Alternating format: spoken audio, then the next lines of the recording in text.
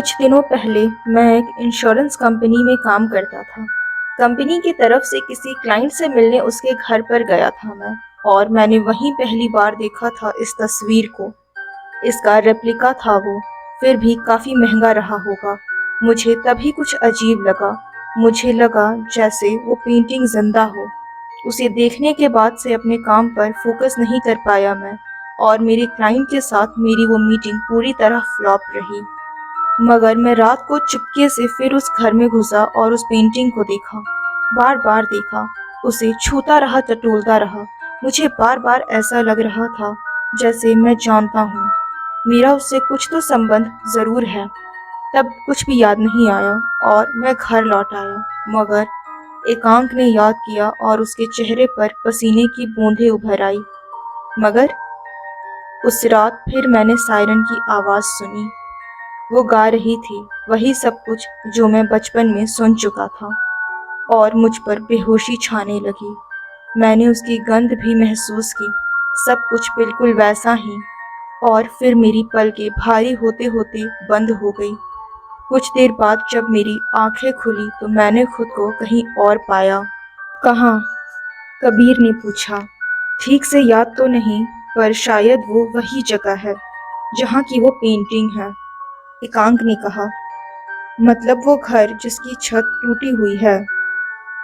कबीर ने पूछा। हाँ, क्योंकि मैं बेहोश था और ऊपर से आती रोशनी मेरी बंद पलकों पर चुभ रही थी। फिर मैंने आंखें खोली और मैं अपने घर पर था। क्या? कबीर हैरानी से बोला। वो बस कुछ ही मिनटों की बात थी, मगर यकीनन मैं कुछ देर को अपने घर पर ना होकर कहीं और था। मगर बाकी लोग जो गायब हुए वो तो कुछ दिनों बाद वापस लौटे थे। तुम तुरंत कैसे लौट आए? कबीर हैरानी से बोला। पता नहीं मैं कैसे लौट आया। वाकई वो एक पहेली ही है, मगर मेरी वापसी और दूसरों की वापसी में फर्क है, ऐसा मुझे लगता है। कैसा फर्क? कबीर बोला। वो लोग लौट आते हैं क्योंकि वो उन्हें आज़ाद कर देती है, क्योंकि उस तस्वीर में रोती हुई सायरन को किसी और की तलाश है। तुम्हारी? कबीर एकदम से बोल पड़ा और उसे लगा उसे ऐसा नहीं करना था। एकांक के चेहरे का बचा खुचा रंग भी उड़ गया था उसकी बात पर। एकांक ने एक गहरी सांस ली और सहमति में सिर हिलाया। सॉरी, पर तुमने जब अपने क्लाइंट के घर पर उस पेंटिंग को देखा था और जब तुम गायब हुए, उसके बाद से ही ये सिलसिला शुरू हुआ है। मुझे तो ऐसा ही लगता है। तो उस पेंटिंग में कुछ तो है जिसे तुमने ट्रिगर कर दिया है। पता नहीं, वो कुछ भी हो सकता है। सायरन एक शक्तिशाली जादुई प्राणी होती है। जो भी हो, अगर ये सब बंद नहीं हुआ तो मैं खुद को उसे सौंप दूंगा। एकांक उदास स्वर में बोला, मगर सख्ती से। और कबीर उसका मुंह देखता रह गया। क्या उसने सही सुना था? एकांक ने खुद ही उस सायरन के शिकार होने की बात कही थी।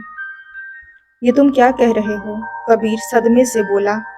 सही तो कह रहा हूँ। अगर वो मेरी वजह से ऐसा कर रही है तो और कोई रास्ता है? लोग गायब हो रहे हैं और पगला कर लौट रहे हैं। अब मैं क्या इंतजार करूं किसी के मरने का? ऐसा भी तो हो सकता है ना? एकांक बोला। कबीर सोचने लगा। देखो, मेरी नज़र में तो ये मामला अभी अभी ही आया था, जब कॉन्ट्रैक्टर विवेक साहनी गायब हुआ। पर कहीं ऐसा तो नहीं कि वाकई ये सब बहुत पहले से चल रहा हो और तुम्हारा इसमें कोई हाथ ना हो? ऐसा हो तो सकता है ना? देखो, तुमने जो कहा वो भी अपनी जगह सही है कि ऐसे कौन दुनिया के सामने मानेगा कि वो इस तरह गायब हुआ था। तो हो सकता है ये सब और पहले से चल रहा हो और दबा छुपा हो। मतलब उस घटना से पहले से, जब तुमने अपने क्लाइंट के घर पर वो पेंटिंग देखी थी। एकांक फीकेपन से हंसा। मेरा वो क्लाइंट? हाँ, वो भी गायब हो गया था जब मैंने उस पेंटिंग को देखा था, उसके एक हफ्ते बाद ही। वही जिसके घर में वो पेंटिंग थी। क्या? कबीर चौंकते हुए बोला। हाँ, आप खुद ही सोचिए कि वो पेंटिंग तो कब से उसके घर में थी। वो पहले ही क्यों नहीं गायब हो गया? मगर मैं उसके घर गया, उस पेंटिंग के कांटेक्ट में आया, खुद मेरे साथ वो हादसा हुआ और उसके बाद वो गायब हुआ। ये साबित नहीं करता कि जो हुआ मेरी वजह से हुआ, एकांक बोला। पक्का उसके पहले कोई शख्स गायब नहीं हुआ था? ऐसा तो नहीं कि हुआ हो और तुम्हें ना पता हो? कबीर ने कहा। मैं बचपन से इस चीज के पीछे हूँ। जब से वो मुझे उस शाम समुद्र किनारे मिली थी, मैंने सायरन की इंफॉर्मेशन इकट्ठी की। मैंने बहुत से लोगों की इंफॉर्मेशन इकट्ठी की है, लोग जो दुनिया की नज़रों में बस मिसिंग थे, पर मुझे लगता है वो सायरन के शिकार हुए थे। पर तब कभी ऐसी किसी पेंटिंग का जिक्र नहीं मिला मुझे। नहीं, सब तभी शुरू हुआ जब मैं उस पेंटिंग के कांटेक्ट में आया।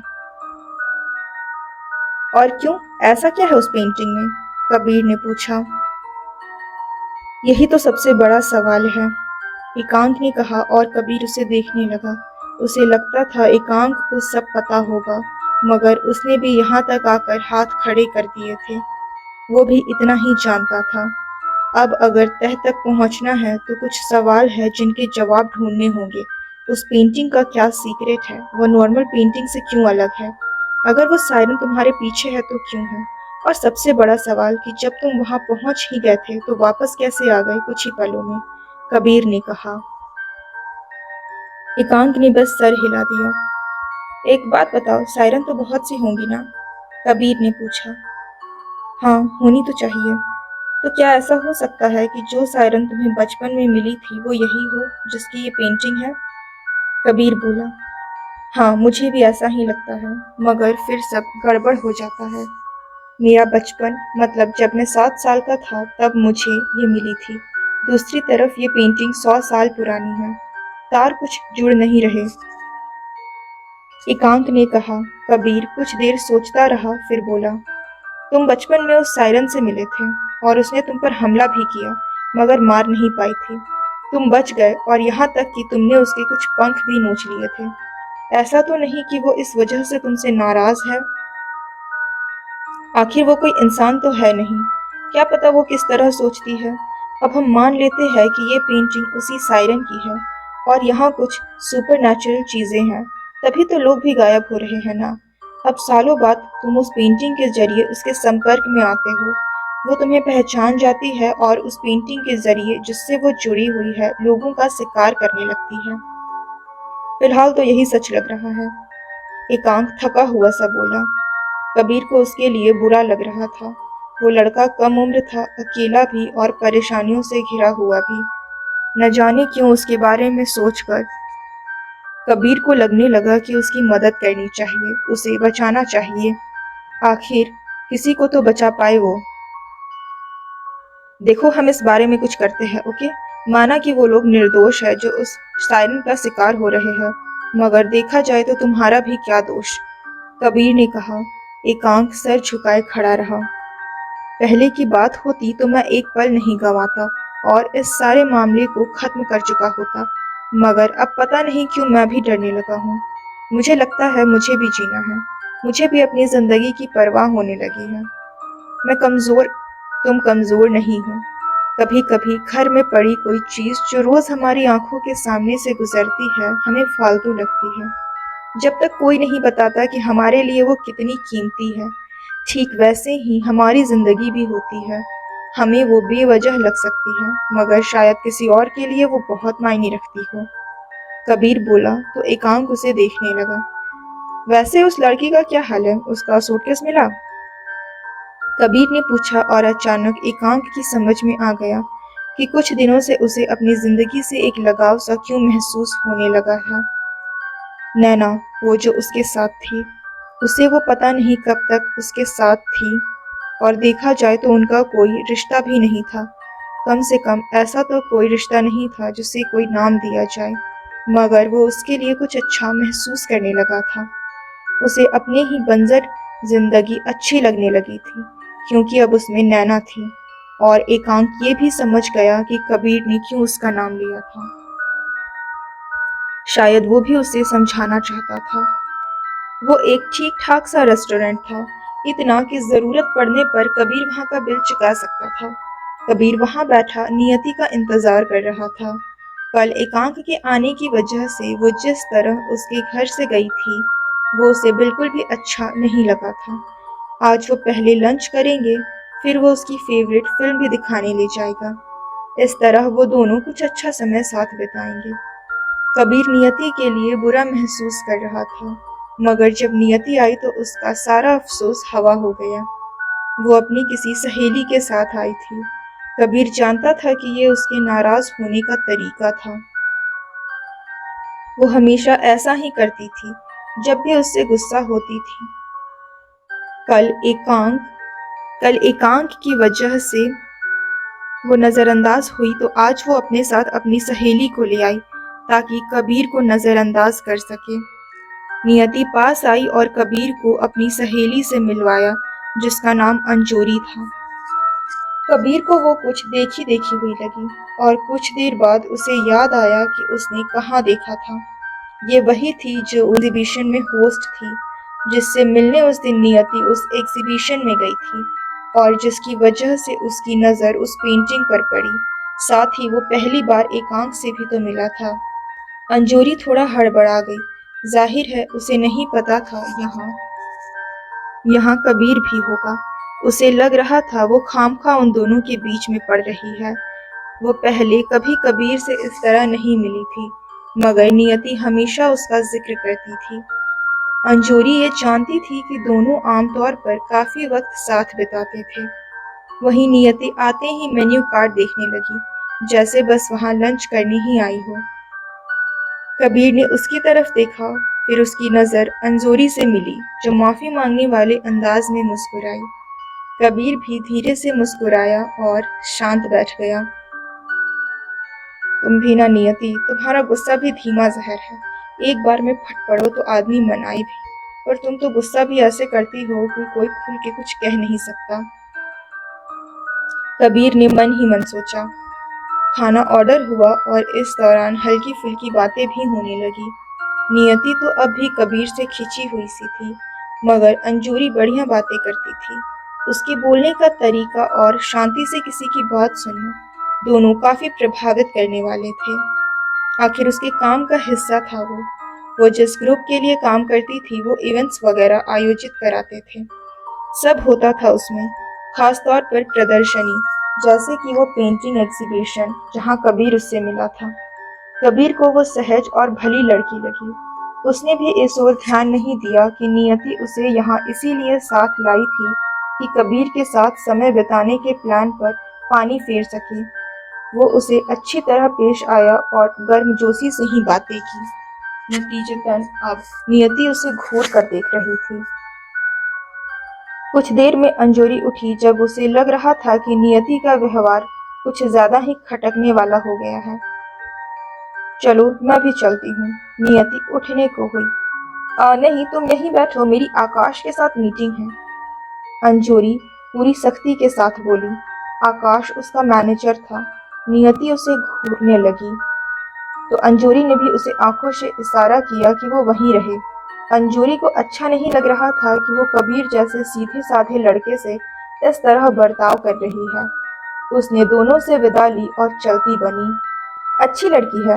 क्या नाम बताया? हाँ, अंजोरी। कबीर सहज ही बोला और नियति उसे घूरने लगी। अच्छा, बहुत अच्छी लगी। डेट करोगे उसे? उसने जहर बुझी आवाज में कहा। अब अच्छी तो मुझे सरला आंटी भी लगती है, जो 7th फ्लोर पर रहती है। अचार बहुत अच्छा बनाती है और जब बनाती है मुझे देती भी है। उनको भी डेट के लिए पूछ लूं? कबीर मासूमियत से बोला। बकवास बंद करोगे? शुरू किसने की?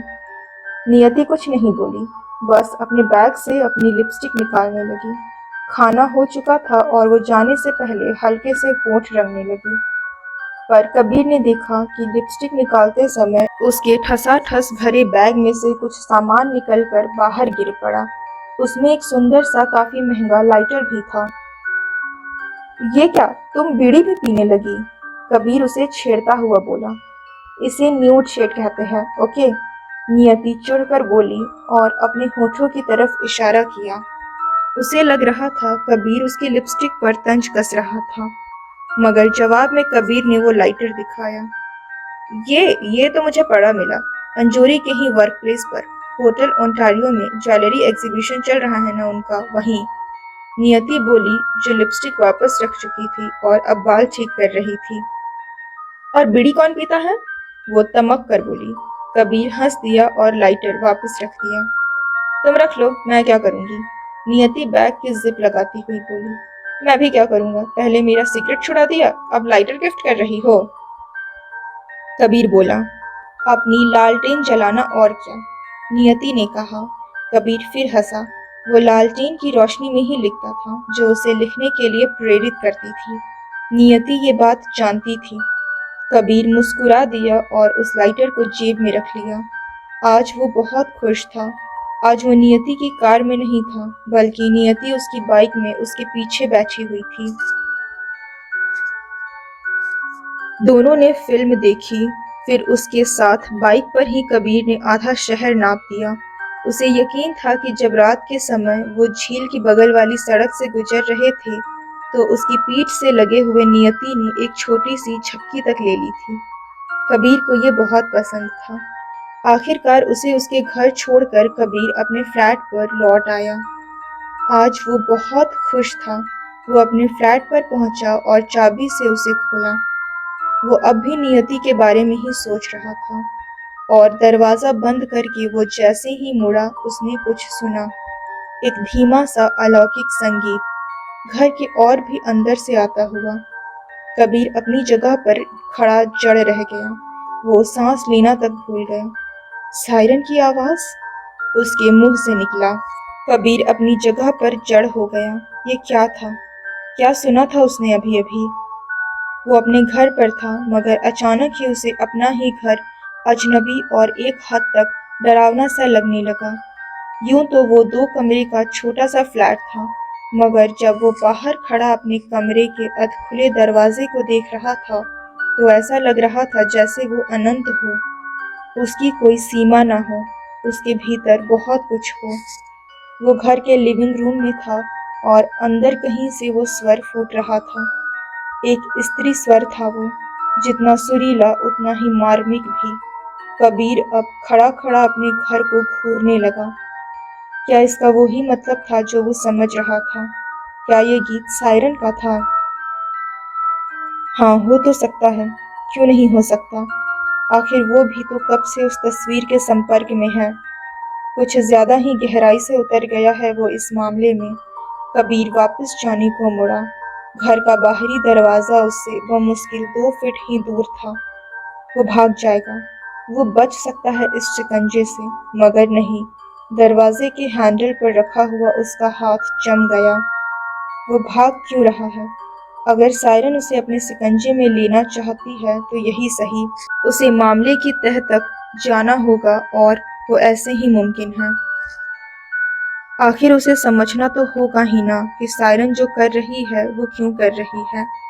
वो मुड़ा और वापस उसी दिशा में आगे बढ़ने लगा जिधर से वो आवाज आ रही थी। अब आवाज तेज होने लगी, साथ ही हवा में घुलने लगी वो महक, समुद्री पानी और जंगली फूलों की मिली जुली महक, जो किसी शरीर से आती हुई महसूस हो रही थी। सायरन की गंध, ये तेज होती आवाज और गंध अब उस पर बेहोशी छाने लगी। ये क्या हो रहा है? मुझे नींद क्यों आ रही है? ऐसे तो मैं बेहोश हो जाऊंगा, फिर तो सब गड़बड़ हो जाएगी। मुझे जागे रहना होगा। कबीर ने पूरी कोशिश की कि वो होश में बना रहे, मगर वो आवाज किसी धीमी मीठी मगर साथ ही जहरीली लोरी सी लग रही थी, जो उसे सुला रही थी। वो चाहती थी कबीर सो जाए, और कबीर का शरीर पहले घुटनों पर आया, फिर वो पूरी तरह फर्श पर गिरकर बेहोश हो गया। कितनी ही देर बाद उसकी आंखें खुली। कबीर ने मिचमिचाते हुए आंखें खोली, मगर अब भी उसे लग रहा था जैसे उसकी पीठ फर्श से चिपक गई। उससे उठा ही नहीं जा रहा था। अब भी उस पर बेहोशी हावी थी। वो कोशिश करके जरा सा उठा। अब भी उसकी नजरें स्थिर नहीं हो पा रही थी, मगर इतना तो वो फिर भी समझ गया था कि वो अपने घर पर नहीं था। हाँ, वो आ चुका था कहीं और, वहीं जहाँ कभी विवेक साहनी, जीत ओबेरॉय आए थे, जहाँ अभी तक प्रणय भी गायब है। कबीर ने उठने की कोशिश की, मगर उसे कमजोरी लग रही थी। उसने उस जगह का मुआयना किया। पता नहीं वो कहाँ था। आसपास कोई आवाज नहीं। भला ऐसी कौन सी जगह होती है जहाँ वातावरण एकदम से खामोश हो। उसके सोचने भर की देर थी कि उसने सुना फिर वही संगीत। बस फर्क इतना था कि अब की बार समझ में आ रहा था कि वह संगीत कहाँ से उठ रहा है। मतलब वो पास ही कहीं है। सायरन, उसकी खुशबू भी यहाँ तेजी से फैली हुई थी। मगर इससे पहले कि वो और ज्यादा कुछ समझ पाता, उस पर फिर से बेहोशी छाने लगी। या शायद उसे ठीक से होश आया ही नहीं था। उसकी आंखें बंद हो गई। कबीर चौंक कर उठ बैठा। उसने हर तरफ देखा तो उसे बेहद सुखद आश्चर्य हुआ। वो अपने घर पर था, अपने बेडरूम में। पर वो यहाँ कैसे पहुंचा? उसे अब भी अपने शरीर पर सायरन की गंध महसूस हो रही थी। पता नहीं सच था या फिर उसके भीतर का डर उसे ये सब महसूस करा रहा था। कबीर ने दोनों हाथों में सर थाम लिया और सोचने लगा। हाँ, वो भी शिकार हुआ था। उसे भी सायरन का गीत सुनाई दिया था। उसकी महक भी आई थी। और वो उस रहस्यमय जगह पर भी। फिर वो वापस कैसे आया? वो तो अपने घर पर ही है। कहीं ऐसा तो नहीं कि उसने बस कोई सपना देखा था कि वो सायरन के पास पहुंच गया है। क्योंकि आजकल उसके दिमाग में यही तो चल रहा था ना। मगर तभी कमरे का दरवाजा खुला और उसकी सारी सोच पर विराम लगा। वो नियति थी जो उसे अजीब नजरों से देख रही थी। क्या हुआ? और तुम कब आई? कबीर जबरन मुस्कुराता हुआ बोला। पूछना तो मुझे चाहिए कि तुम कब आए। नियति उसे घूरती हुई बोली। क्या मतलब? कबीर, नियति उसके पास बैठती हुई परेशानी से बोली। सब ठीक तो है ना? तुम कर क्या रहे हो? और ये सब क्या हो रहा है? तुम किस बारे में पूछ रही हो? कबीर जबरन मुस्कुराता हुआ बोला। हालांकि अब उसे मन ही मन यकीन आ चुका था कि वो सायरन की बहुत छोटी सी कैद में रहकर लौटा था। मैं घर आई थी तुम्हारे, तुम नहीं थे। मैं बहुत परेशान हुई क्योंकि ना तुम दरवाजा खोल रहे थे ना तुम्हारा फोन लग रहा था। मैं ये करना तो नहीं चाहती थी, मगर मेरे पास जो घर के स्पेयर की थी उससे मैंने दरवाजा खोला तो देखा तुम कहीं नहीं थे। पूरा घर खाली मगर अंदर से बंद। मैं सोच ही रही थी कि क्या करूं, पुलिस कंप्लेंट करूं या नहीं। और तब तक वो लड़का भी आ गया। कौन लड़का? वो जो तुमसे उस दिन मिलने आया था। और कबीर समझ गया कि वो एकांक के बारे में बात कर रही है। पता नहीं क्यों कबीर, मगर उसकी बातें सुनकर लगा जैसे वो भी पहले ही इस बात से डरा हुआ था कि तुम्हारे साथ कुछ बुरा हो सकता है। और जब मैंने उससे कहा कि तुम गायब हो तो वो बुरी तरह डर गया। मैं तो तुम्हारे ऑफिस या पुलिस को कॉल लगाने ही जा रही थी जब उसने मुझे रोका। उसने कहा तुम लौट आओगे। मुझे लगा वो पागल है। ऐसे कैसे तुम लौट आओगे? मुझे याद है मैं बहुत परेशान थी। मैंने उससे पूछा क्या वो कुछ जानता है, पर वो बात टालने लगा। मैं उसके पीछे गई, बार बार उससे पूछा कि तुम कहाँ हो, पर वो कुछ बता ही नहीं रहा था। हर बार कहता कि तुम वापस आ जाओगे, बस तब तक तुम ठीक रहो, यही बहुत बड़ी बात है। कबीर, क्या है ये सब? कबीर सब समझ पा रहा था। मतलब नियति जान गई थी कि कबीर गायब हुआ था और नियति के बताए अब एकांक भी जानता था।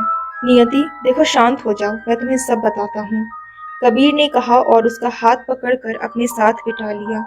इस समय नियति के चेहरे पर जो भाव थे वो कबीर को परेशान भी कर रहे थे और राहत भी दिला रहे थे। कोई था जो उसके लिए भी परेशान होता था। कबीर उसे सब कुछ बताता चला गया। कैसे वो चित्रों की प्रदर्शनी में गया था। वहां उसकी नजर एक चित्र टूटी छत पर पड़ी। वहीं उसे एकांक भी मिला। फिर लोगों के गायब होने का सिलसिला और हर जगह उसी तस्वीर का दखल। उसने मोटे तौर पर उसे अपनी और एकांक की मुलाकात के बारे में भी बताया। सब सुनकर नियति उसका मुंह देखने लगी। अगले भाग में हम इस राज से पर्दा उठाएंगे। तब तक के लिए बने रहिए। अगर कहानी पसंद आई तो वीडियो को लाइक करें, अपने दोस्तों के साथ शेयर करें और चैनल को ज़रूर सब्सक्राइब करें, क्योंकि नोटिफिकेशन में ही अगला पार्ट पॉपअप होगा और आप इस रहस्यमयी कहानी के तार सुलझा पाएंगे।